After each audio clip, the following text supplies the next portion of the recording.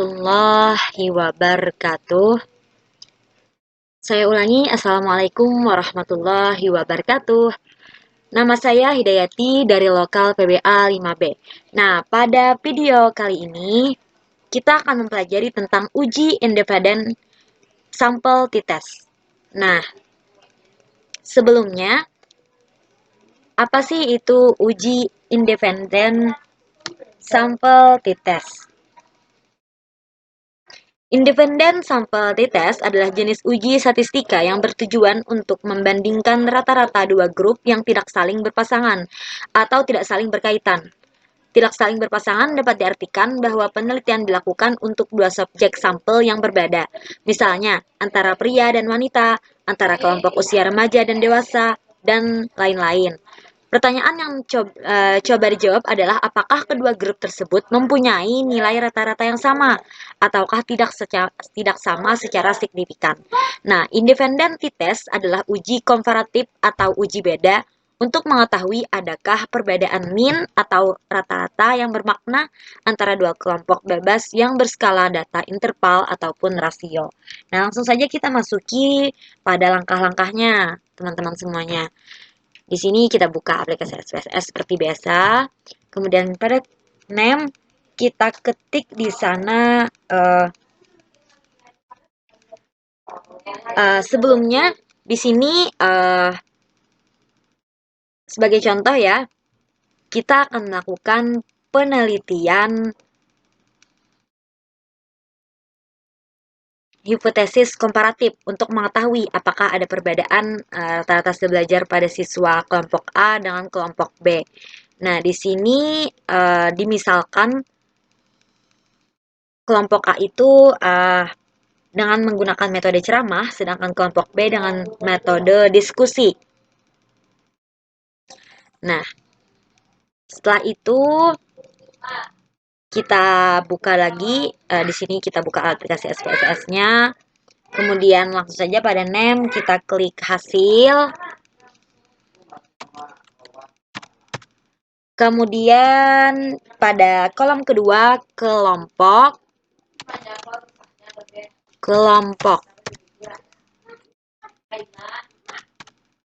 Kemudian pada desimal, karena kita ingin ada angka di belakang koma, maka kita klik 1 untuk hasil dan untuk kelompok 0 saja.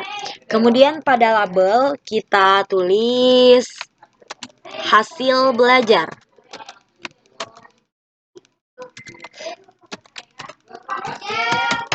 Kemudian pada kelompok itu tetap kelompok. Nah, setelah itu pada measure, pada hasil kita klik di situ nominal. Maaf, scale. Nah, baru pada kelompok itu nominal. Nah, setelah itu langsung kita buka data view. Nah, di sini sudah ada seperti ini. Langsung saya sudah menyiapkan data.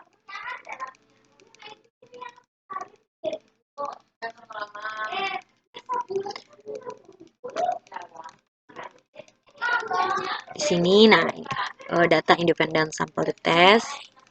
Tinggal kita copy saja.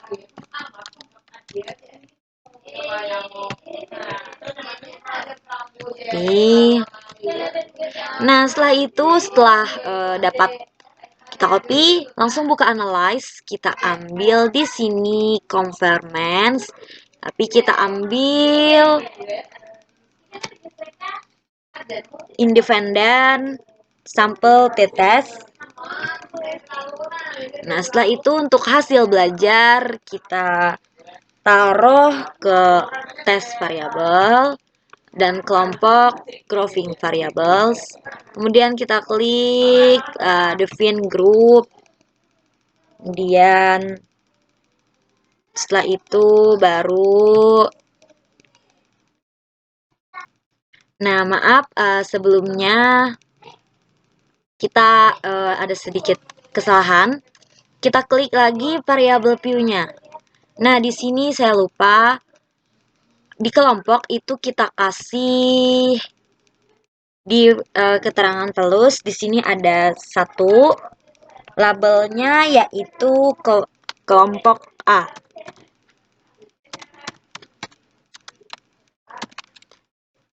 Kita ADD. Kemudian palu 2, kelompok B. Oke. Nah, setelah itu kita ADD lagi. Nah, baru kita klik OK. Nah, baru ya, setelah itu kita klik kembali data view tadi. Sudah tadi, kemudian kita klik lagi analyze tadi, kemudian conformance seperti tadi ya. Oke, independent sample test. Oke, hasil belajar kita kasih ke tes, kemudian kelompok kita kasih grouping variables, define group, ini grup 1 ya 1. Kemudian kita grup 2 itu 2. Kita klik continue, kemudian kita klik OK, maka akan keluar hasilnya seperti ini. Nah, sudah keluar teman-teman semuanya. Nah, berdasarkan tabel output di sini ya, kita ketahui jumlah dan hasil belajar untuk kelompok A adalah sebanyak 6 siswa.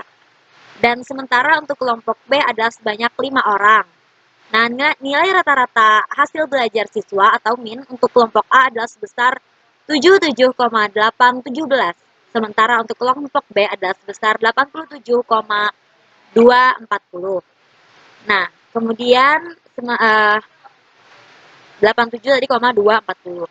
Nah, dengan demikian secara deskriptif statistik dapat disimpulkan ada perbedaan rata-rata hasil belajar siswa antara kelompok A dengan kelompok B.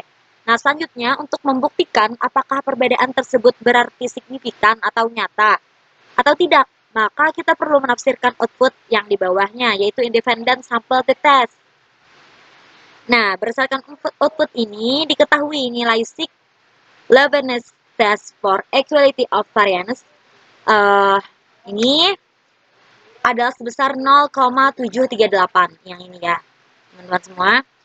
Nah, itu kan lebih dari 0,05, maka dapat diartikan bahwa variance data antara kelompok A dengan kelompok B adalah homogen atau sama, sehingga penafsiran tabel output independent sample test di atas berpedoman pada nilai yang terdapat dalam tabel equal variance estimates yang ini.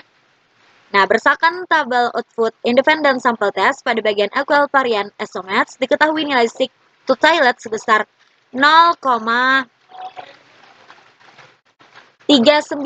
Nah, yang ini teman-teman semua. Ya, yang ini. Ambil yang ini 0,39.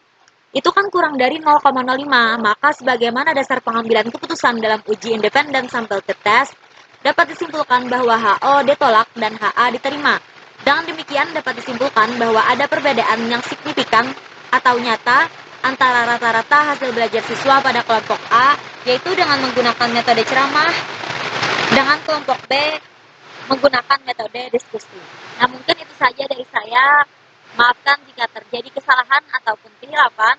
Semoga bermanfaat. Wassalamualaikum warahmatullahi wabarakatuh.